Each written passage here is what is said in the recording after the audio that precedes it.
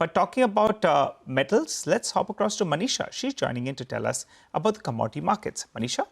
Nigel, thank you for that. I'm keeping a keen eye on the tariffs right now because 25% kicks in from today, and we've been speaking to various segments and sectors within the Indian markets which are not very comfortable with that 25%, and the 50% that could happen in the next 21 days clearly has many of these markets very, very jittery. Well, India is one of the most heavily tariffed country as of now. Brazil is one, and Brazil only has a few commodities that are tariffed at such high price. But India clearly looking at very dire consequences as we've been talking to many of those segments there. I'll start with gem and jewelry, and you were talking to the former chairman of GJEPC. Now, $9 to $10 billion of export of gem and jewelry happens to US. It is 30 to 35% of our export market. And from where the things stand right now, exports at 50% are absolutely not viable. As he said, 10% was not good, 25% was jittery, and 50% is something that they can absolutely not work with because this industry works with 3 to 4% of margins. So even as you break down those margins, as in sense of they will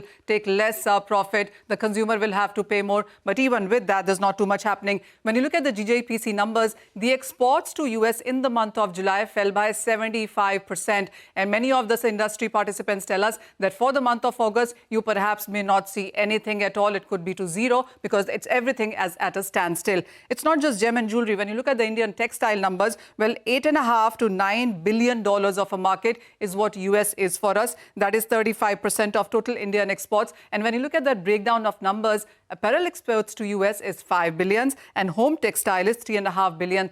At this point in time, they say they will lose out to other markets, which is in sense of Vietnam, Bangladesh, Turkey, China, Pakistan, etc.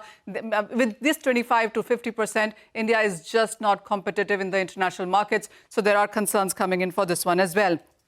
The third industry I want to put on the table is India's seafood industry. So here as well, the numbers stack up to $2.7 to $3 billion of exports to the US markets. And we already are estimating something like 24,000 crores of a loss if we actually do see that 50% of tariffs come into the market. It's a bigger disadvantage for India. This has been one of the most growing segments in the Indian agriculture or farm industry for that matter. So this could be a big hit as well. This industry as well is seeking government support to explore alternative markets or incentives to export to begin with itself. And the final one that should come in on your screen is the rice exporters. Now, basmati and semi-basmati is what is exported to US, and that market is nearly about $42 million.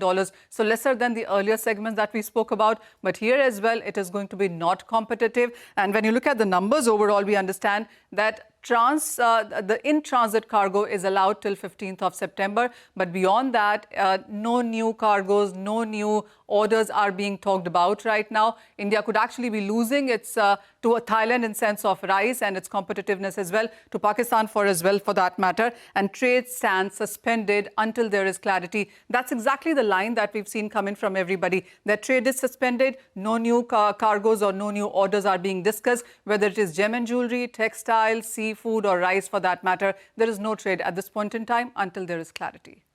Thank you, Manisha, for that.